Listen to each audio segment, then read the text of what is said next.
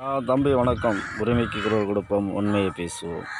தம்பி கமெண்டில் கடவுளை குறித்து சொன்ன வார்த்தைகள் அருமையாக இருக்கிறது என்று கமெண்டில் போட்டிருக்கீங்க. நன்றி தம்பி. அதாவது உங்களுக்கு என்ன சொல்கிறேன்னா, ஒரு மனிதன் கடவுளை நாம் பூமியில் இருக்கும்குள் இருந்து மறையும்குள் கடவுளை பார்க்க வேண்டும், அவரிடத்தில் அவர் குரலை கேட்க வேண்டும் அப்படின்ற அந்த ஒரு மனநிலையோடு இருக்கின்றவர்கள்,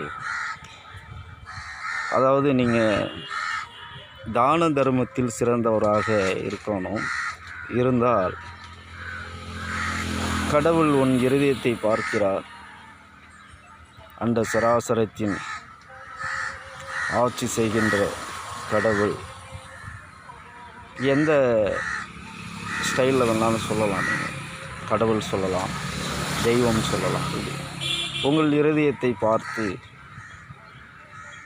அதன் வழியாக உன்னிடத்தில் பேசுகிற சுச்சுவேஷனில் அவர் உன்னிடத்தில் பேசுவார்.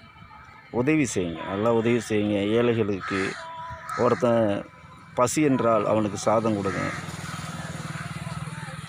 அப்படி ஏழை மக்களை பார்த்து நாம் கையால் உழைத்து உணவருந்துகிறோம், அதில் மிச்சம் உள்ளதை அவர்களுக்கு கொடுத்தால்,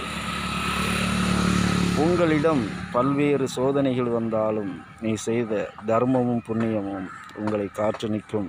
அதுதான் கடவுள் அதன் வழியாக உன்னிடத்தில் பேசுவார் என்று சொல்லி விடைபெறுகிறேன். நண்பர்களே, நன்றி, வணக்கம்.